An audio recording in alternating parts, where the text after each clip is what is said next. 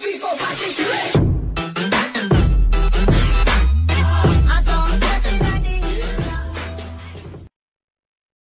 kesempatan kali ini kita belajar penghitungan PPh pasal 21 untuk pegawai tetap ya.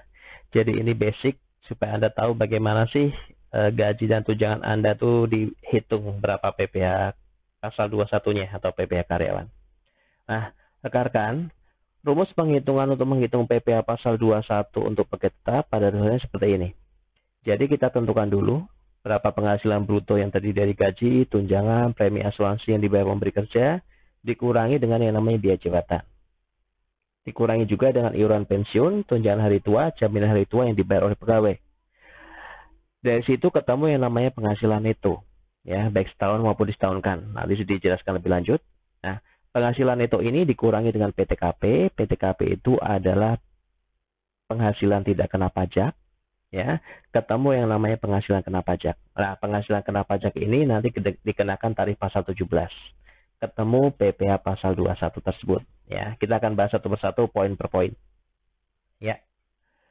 Rekan-rekan, untuk penghasilan bruto yang jadi penghasilan bagi karyawan itu ada yang namanya penghasilan teratur. Penghasilan teratur di sini berupa gaji, tunjangan, honorarium, insentif, uang lembut, dan premi asuransi yang dibayar pemberi kerja. Selain itu juga ada istilah penghasilan tidak teratur, yaitu penghasilan yang diterimanya cuma sesekali atau 1-2 kali dalam setahun. Contohnya bonus, THR, jasa produksi, uang cuti, dan sebagainya. Nah, rekan-rekan yang perlu kita perhatikan adalah pada dasarnya penghasilan yang menjadi objek PPh 21 itu adalah penghasilan yang diberikan dalam bentuk cash, dalam bentuk uang tunai. Tapi di sini ada premi asuransi yang dibayar pemberi kerja. Ya. Oleh karena itu, premi asuransi pun dianggap sebagai objek PPh pasal 21. Nah, karena ada jenis asuransi yang diwajibkan oleh pemerintah, di mana apabila memenuhi syarat-syarat tertentu, pemberi kerja wajib mengikutkan karyawannya untuk program premi asuransi ini, maka relevan kita bahas, yaitu adalah premi asuransi yang dibayar kepada yang namanya BPJS Ketenagakerjaan. BPJS Ketenagakerjaan punya beberapa program. Ada JKK, Jaminan Kecelakaan Kerja, JKM, Jaminan Kematian, JPK, Jaminan Pemeliharaan Kesehatan, ada juga yang namanya JHT, Jaminan Hari Tua. Nah, JKK, JKM, dan JPK ini teman-teman, sifatnya seperti premi asuransi, sehingga menjadi objek PPh pasal 21. Tapi untuk JHT atau Jaminan Hari Tua, itu lebih ke iuran pensiun. Iuran pensiun yang dibayar oleh pemberi kerja bukan objek PPh pasal 21. Ya. Selain itu aslinya masih ada satu lagi yang namanya jaminan pensiun. Ya, jaminan pensiun sifatnya seperti JHT. Itu program baru dari BPJS Ketenagakerjaan. Oke, pengurang pertama dalam penghitungan PPh pasal 21 adalah yang namanya biaya jabatan. Ya, biaya jabatan ada juga nanti iuran pensiun. Biaya jabatan ini sifatnya fiktif. Cerminan dari biaya yang berhubungan dengan pekerjaan sesuai dengan masa kerja dan melekat pada pemberi kerja, dan untuk semua pegawai tetap tanpa memandang mempunyai jabatan atau tidak. Berapa besarnya? Besarnya adalah 5% dari penghasilan bruto, tapi maksimal adalah 500.000 per bulan atau 6 juta setahun. Ya, jadi kalau 5% itu lebih kecil, pakai 5%. Tapi maksimal adalah 500.000 per bulan. Ada juga yang namanya iuran pensiun, teman-teman ya. Iuran pensiun ini juga pengurang. Ya, ada iuran THT atau JHT, tunjangan hari tua atau jaminan hari tua yang dibayarkan kepada BPJS, atau iuran pensiun ke dana pensiun yang telah disahkan oleh Menteri Keuangan. Ini juga bisa menjadi pengurang bagi penghasilan itu, asal dibayar sendiri oleh karyawan. Ya, bukan dibayar oleh pemberi kerja tapi dibayar oleh karyawan, itu bisa menjadi pengurang penghasilan neto. Ya. Selanjutnya rekan-rekan, kita relevan sekali kita belajar tentang penghasilan tidak kena pajak. Ini yang mungkin Anda pernah dengar. Penghasilan tidak kena pajak ini kayak biaya jabatan, sifatnya fiktif. Ini cerminan dari subjektivitas PPh. Jadi kalau penghasilan Anda masih di bawah PTKP, Anda nggak perlu punya NPWP, nggak perlu dipotong pajak. Tapi kalau sudah di atas PTKP, Anda kena pajak, dipotong oleh pemberi kerja. Berapakah PTKP kita? Yes. Untuk diri wajib pajak adalah 54 juta. Untuk wajib pajak kawin tambahan 4.500.000. Ini tambahan untuk wajib pajak kawin ya. Sorry, tambahan untuk wajib pajak kawin. Bukan berapa kali dia kawin. Oke. Kemudian ada lagi 4.500.000 tambahan untuk setiap anggota keluarga. Saudara semenda dalam garis keturunan lurus serta anak angkat yang menjadi tanggungan sepenuhnya, maksimal 3 orang. Semenda itu adalah karena hubungan perkawinan. Nah, teman-teman, perlu diperhatikan juga penerapan PTKP ini ditentukan keadaan pada awal tahun kalender atau pada tanggal 1 Januari. Oke. Jadi gambarnya gini, kalau Anda baru punya anak tanggal 10 Januari, itu anak tersebut belum masuk dalam PTKP. Karena dilihatnya pada tanggal 1 Januari. Oke. Ya. Bagaimana untuk PTKP karyawati? Nah, dalam PPh pasal 21 karyawati, karyawan wanita, ada ketentuan seperti ini. Apabila dia kawin, PTKP-nya adalah TK0. Dianggap tidak kawin dan hanya untuk dirinya sendiri. Mengapa? Karena status kawin dan tanggungan ikut ke PTKP-nya suami. Tapi kalau kawin tapi suaminya tanpa penghasilan, maka status PTKP-nya adalah diri sendiri, ditambah status kawin dan ada tanggungan maksimal 3 orang. Jadi kayak PTKP yang normal, kayak PTKP-nya suami. Kemudian, kalau tidak kawin, PTKP-nya adalah untuk diri sendiri plus tanggungan maksimal 3 orang.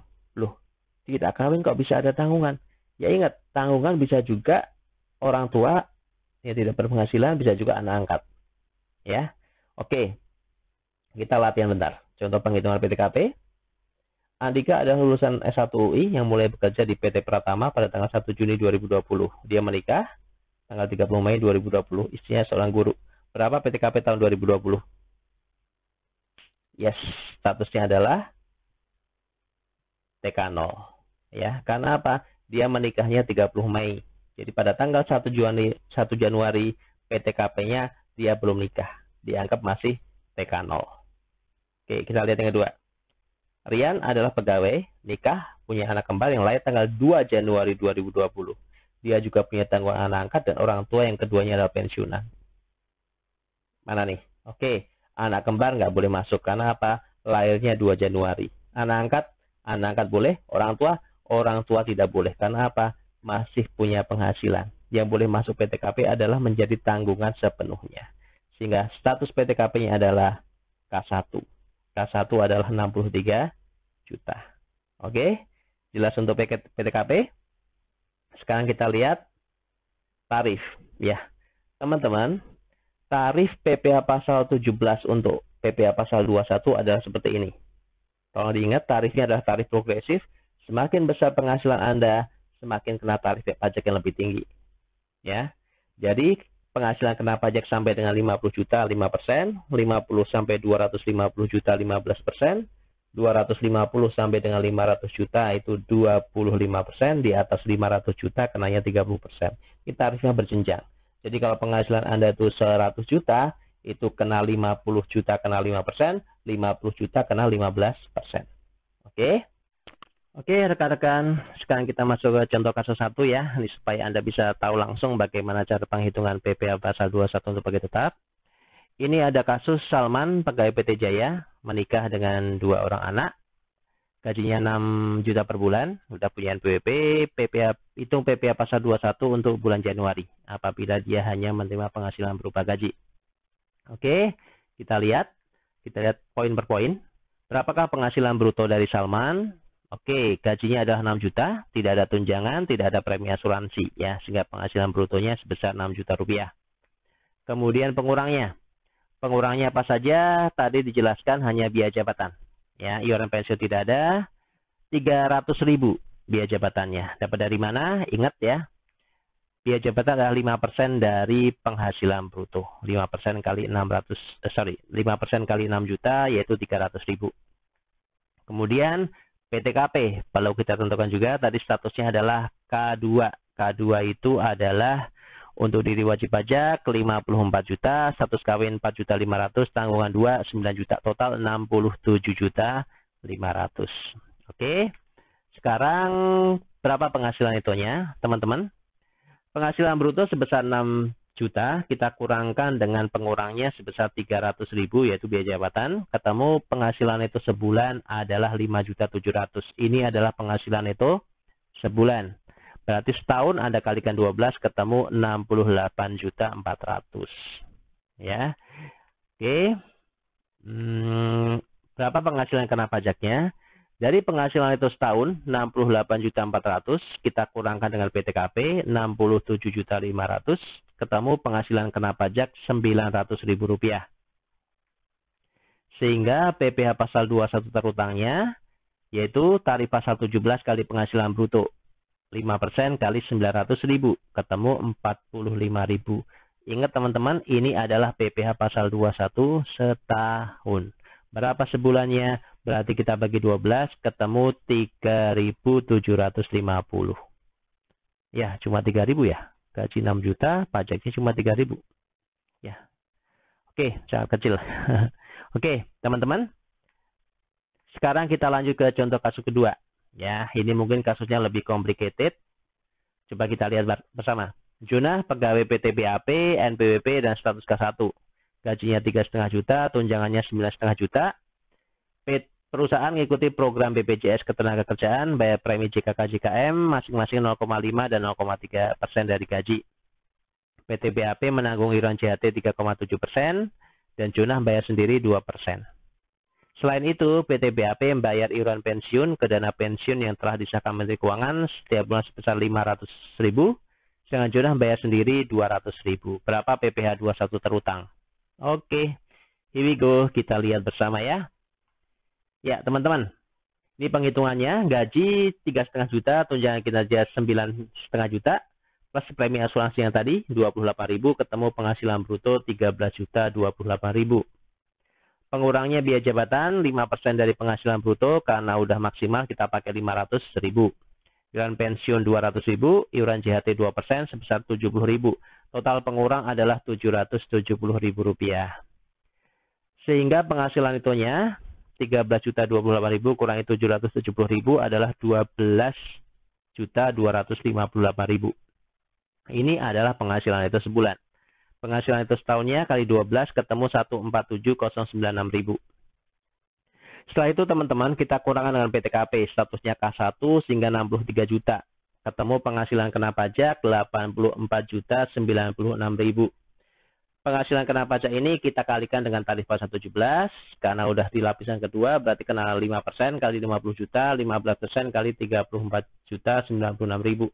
Total PPh 21 setahun adalah 7.614.400. Ini adalah PPh pasal 21 setahun. Sebulannya berapa? Kita bagi 12 yaitu 634.533. Ya gitu teman-teman, gaji 13 juta Anda bisa kena pajak sekitar 634.000 rupiah. Oke, moga-moga jelas ya. Ya teman-teman, kita lanjut ke Q&A. Apa sih yang kadang jadi pertanyaan di PPh pasal 21 untuk bekerja tetap? Ya, bagaimana dengan penghasilan yang fluktuatif? Kadang naik gaji, kadang turun, dan sebagainya. Ya, teman-teman, jadi pada dasarnya basicnya PPh pasal 21 itu ngitungnya adalah bulanan yang disetahunkan.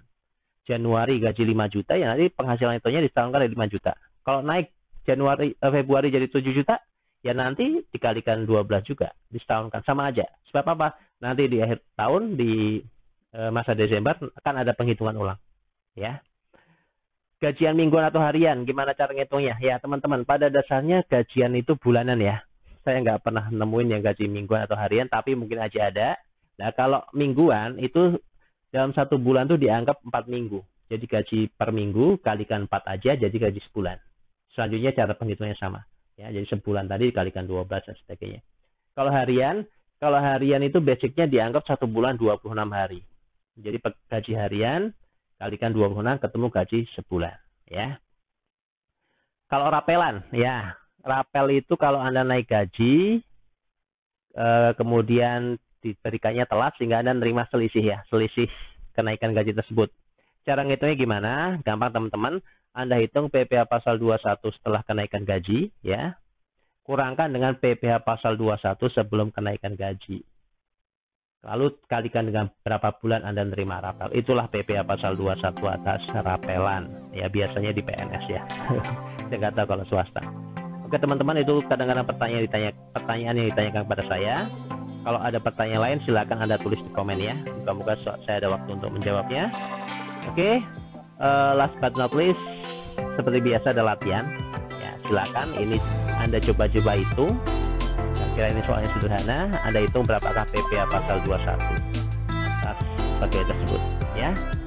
Kalau ada jawabannya Anda bisa tulis di komen. Terima kasih teman-teman, semoga bermanfaat dan salam semangat dan salam pajak.